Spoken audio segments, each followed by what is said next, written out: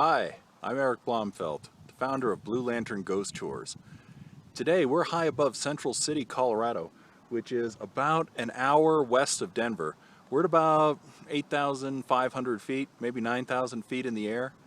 And the reason we're up here is because behind me is the Masonic Cemetery.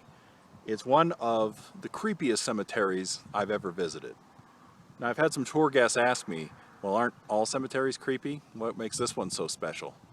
I don't know, but I can tell you I've been to a lot of cemeteries, and this one to me by far feels the strangest, feels the creepiest, and it's one of my favorite spots in Central City.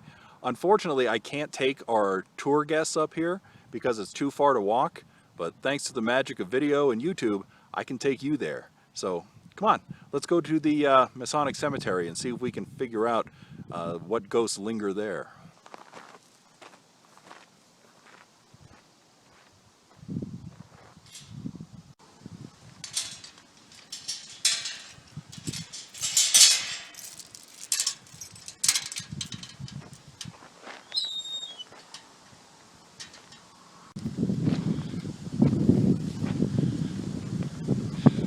As you can tell, it's awful windy up here high on this mountain. But over here is the start of the cemetery. You can see some of the gravestones are almost in the woods, but the rest of them branch out in this direction until you can finally see Central City and Black Hawk, Colorado down below.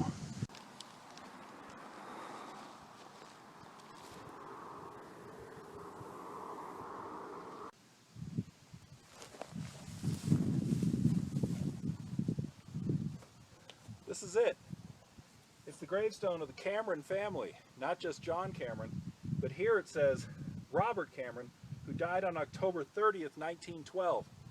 It was pretty typical to put a gravestone here for the family, and then as each family member passed away, to have the grave sites go out on the four sides of the gravestone. So on one side of this is probably John Cameron's gravestone.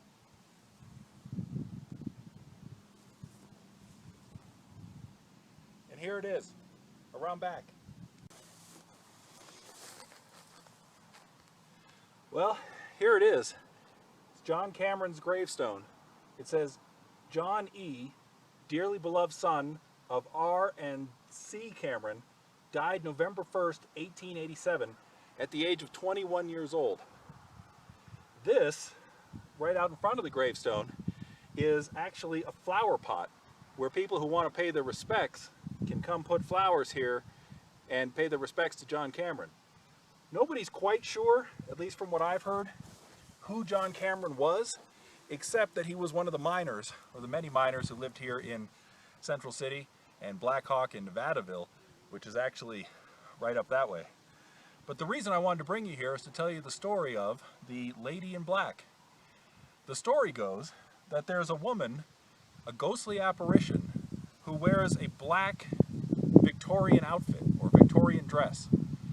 And twice a year, she appears here at the Masonic Cemetery at the gravesite of John Cameron and lays flowers in this pot.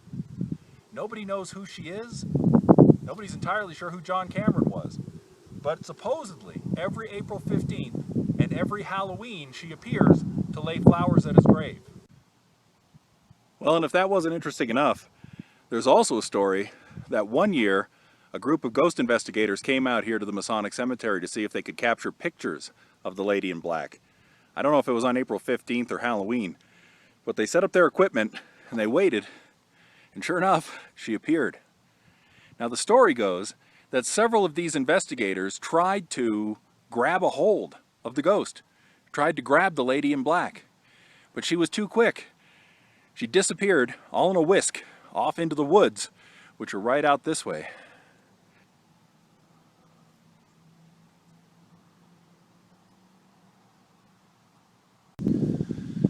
And normally I'd wonder, is a story like that really true? I mean, it seems too fantastic to really be something that actually happened.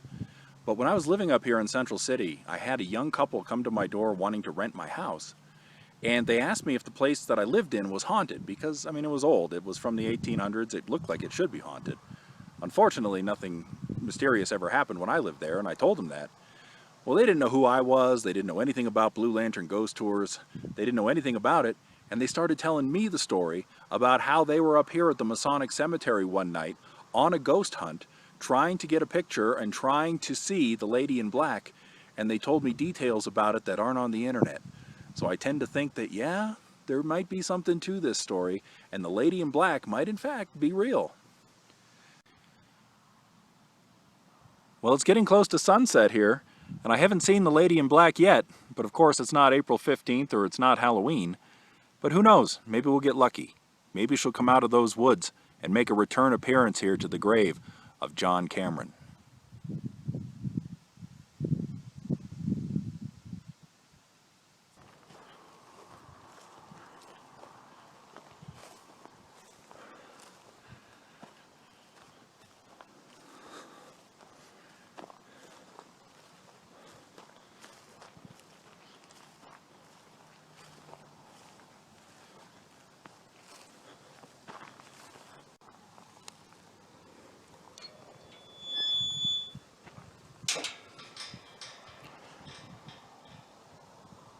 Until our next ghost story, this is Eric Blomfeld for Blue Lantern Ghost Tours.